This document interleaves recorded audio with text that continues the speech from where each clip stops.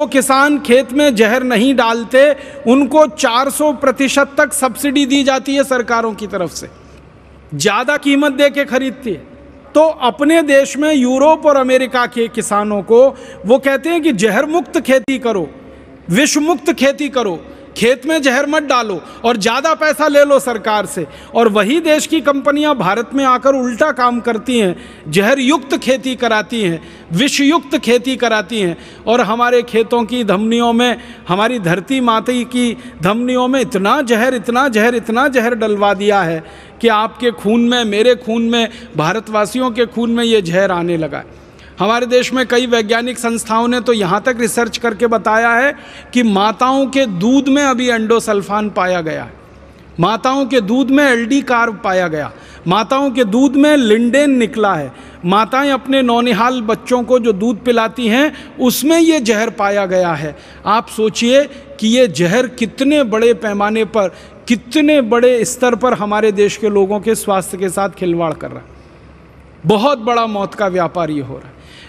और भारत जैसे देश में जितना ये पैदा कर रहे हैं और खेतों में डलवा रहे हैं, भारत जैसे गरीब देशों के बारे में मैंने जब आंकड़े निकालने की कोशिश की तो भारत जैसे दुनिया के 150 देशों में हर साल करीब 20 लाख मीट्रिक टन ये जहर पैदा करके खेतों में डलवा दिया जाता है। और उन सभी देशों में यही बुरा हाल हो रहा है। सभी गरीब देशों में कैंसर के मरीज बढ़ रहे हैं, सभी गरीब देशों में ये जहर लोगों के खून में बढ़ रहा है और सभी गरीब देशों को ये तकलीफ पैदा करा रहा है। तो आप बोलेंगे क्या करना चाहिए? इसका कोई विकल्प हमें ढूंढना पड़ेगा, इसका कोई रास्ता हमें खोजना पड़ेगा। ये मौत के व्यापार को इस तरह की हम खुली छूट नहीं दे सकते। और इसका सबसे अच्छा विकल्प है, आप जैसे चिकित्सक, आप जैसे डॉक्टर अगर जागरूक हो जाएं तो बहुत बड़ी बात बन सकती है इस देश में, दुनिया में भी वो क्रांति की तरह से फैल सकती है।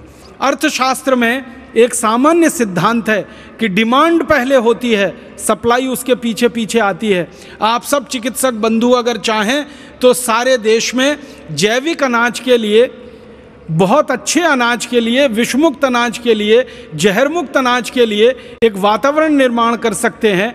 आप इस देश में एक डिमांड खड़ी कर सकते हैं और उस डिमांड को भरने के लिए फिर किसानों को मजबूर होकर गाय के गोबर से, भैंस के गोबर से, बैल के गोबर से विषमुक्त खेती करनी पड़ेगी, जहर मुक्त खेती करनी पड़ेगी।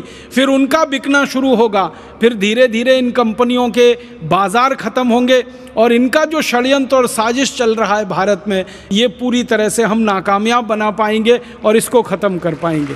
यही एक रास्ता है, दूसरा कोई रास्ता नहीं। और आपसे इस रास्ते पर चलने की अपेक्षा इसलिए की जाती है कि आप इसको अच्छे से समझ सकते हैं और किसी को समझा सकते हैं। हमारे देश में डॉक्टर की कही हुई बात और एक साधारण व्यक्ति की कही हुई बात में ज़मीन आसमान का अंतर होता है। जब कोई मरीज किसी डॉक्टर के मुंह से कुछ सुन लेता है तो वो कहता है ये डॉक्टर ने कहा है, और उसके लिए डॉक्टर भगवान का प्रतिरूप है, वो इससे कम पर बात नहीं करता है। मैंने देखा है बहुत सारे मरीजों को, वो आपका प्रिस्क्रिप्शन लिखा हुआ स्लिप लेके किसी दुकान पर जाते हैं, केमिस्ट के पास, और मैंने देखा वो झगड़ा करते हैं केमिस्ट से। झगड़ा किस बात का होता है? केमिस्ट कहता है कि डॉक्टर साहब ने ये जो दवा लिखी है ये तो है नहीं मेरे पास, ऐसी ही बहुत अच्छी दूसरी दवा है। वो झगड़ा करता है, नहीं नहीं मुझे वो नहीं चाहिए, यही चाहिए जो डॉक्टर ने लिखी है। और वो समझाते समझाते केमिस्ट परेशान होता है कि भैया एक ही दवा के ये दो नाम हैं। वो मानता ही नहीं है, डॉक्टर ने लिखी है इसलिए मुझे तो यही चाहिए, क्योंकि उसका भरोसा है आप पर, क्योंकि विश्वास है आप पर। आपके ऊपर जो मरीजों का ये भरोसा और विश्वास है, इसका सदुपयोग करते हुए आप इस बड़े मौत के व्यापार को बंद कराने में बहुत बड़े सहायक हो सकते हैं। जब आप मरीजों को ये कहना शुरू कर देंगे कि देखो भाई, तुम्हारी बीमारी ठीक करने के लिए दवा तो मैं दे रहा हूँ, लेकिन इस दवा से ज़्यादा भी तुम्हें दूसरे काम करने पड़ेंगे, तो वो पूछेगा क्या करूँ? तो कहने लगो जहर मुक्त अन्न खाना शुरू करो, जहर मुक्त सब्जियां खाना शुरू करो, जहर मुक्त फल खाना शुरू करो। तो वो कहेगा कहाँ मिलेगा? तो जहाँ से ये मिल रहा है जहर युक्त, वहीं जहर मुक्त मिलेगा।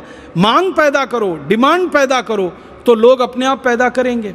तो पहले कम पैदा होगा, शायद ज़्यादा कीमत में बिकेगा, फिर ज़्यादा पैदा होने लगेगा, कीमतें कम होती जाएंगी और एक सामान्य रूप से पूरे भारत के लोगों को विषमुक्त अनाज, विषमुक्त भोजन, विषमुक्त सब्जियां और विषमुक्त फल उपलब्ध हो जाएं।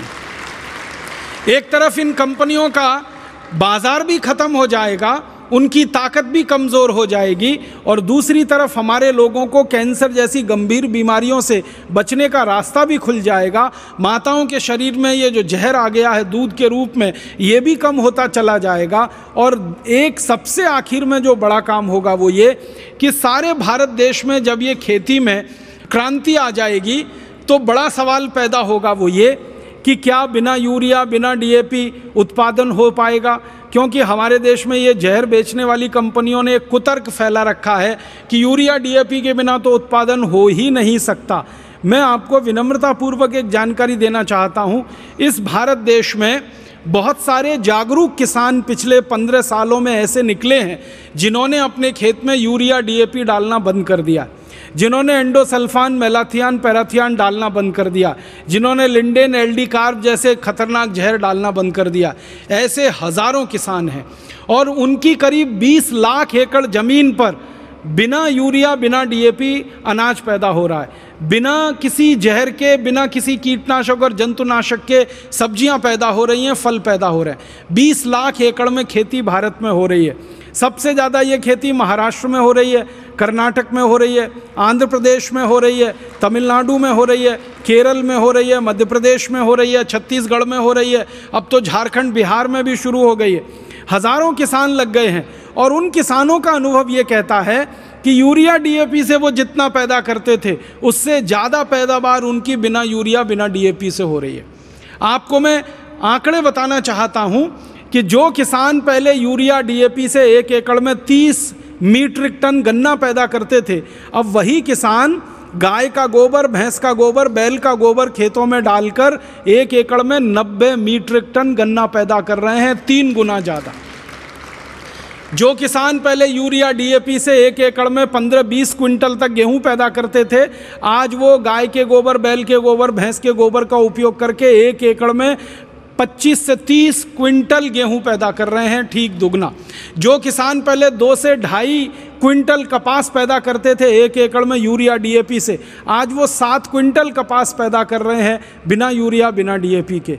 गेहूं ज़्यादा हो रहा है, धान ज़्यादा हो रहा है, गन्ना ज़्यादा हो रहा है, सब्जियां भरपूर हो रही हैं, फल भरपूर हो रहे हैं। तो ये सबसे बड़ा झूठ है जो पिछले 40-45 साल इस देश में फैलाया गया कि उत्पादन सिर्फ यूरिया डीएपी से ही बढ़ सकता है। उत्पादन बिना यूरिया, बिना डीएपी के भी बढ़ता है। और दुनिया में जब ये कीटनाशक और जहर नहीं बनाया जाता था, दूसरे विश्व युद्ध के पहले तक कभी भी दुनिया में ये जहर बना नहीं और कहीं डाला नहीं गया।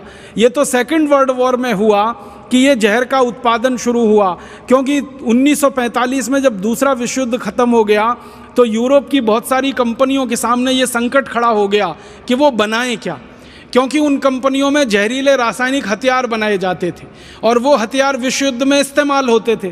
तो जब तक विश्व युद्ध चला तब तक हथियार बिकते रहे। जब विश्व युद्ध खत्म हो गया तो हथियार बेचने का रास्ता बंद हो गया। तो हज़ारों यूरोप की और अमेरिका की कंपनियों के सामने संकट खड़ा हो गया कि वो उत्पादन क्या करें। तो फिर उन कंपनियों ने रास्ता निकाला कि जिन कारखानों में हथियारों का उत्पादन होता है उन्हीं कारखानों में जहरीले रासायनिक चीज़ों का उत्पादन करके urea, DAP, LD carb, lindane के नाम पर दुनिया भर में बेचा जाए।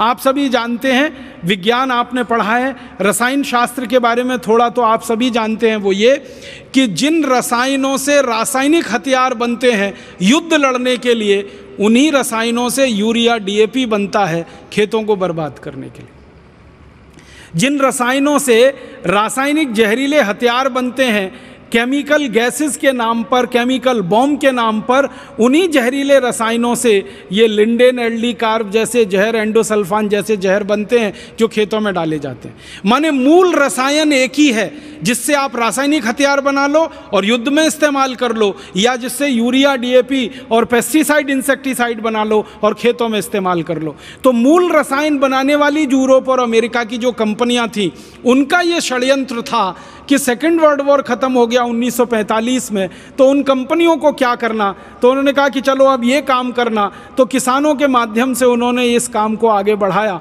और सबको मूर्ख बनाकर और झूठ बोलकर सारी दुनिया में ये मौत का व्यापार फैलाया। अब हमको ये बात अगर समझ में आ गई है तो हम इस मौत के व्यापार को बंद कराएं, और इस मौत के व्यापार को पहले अपनी धरती से बंद कराएं, फिर अपने पड़ोसी देशों की धरती से बंद कराएं, और फिर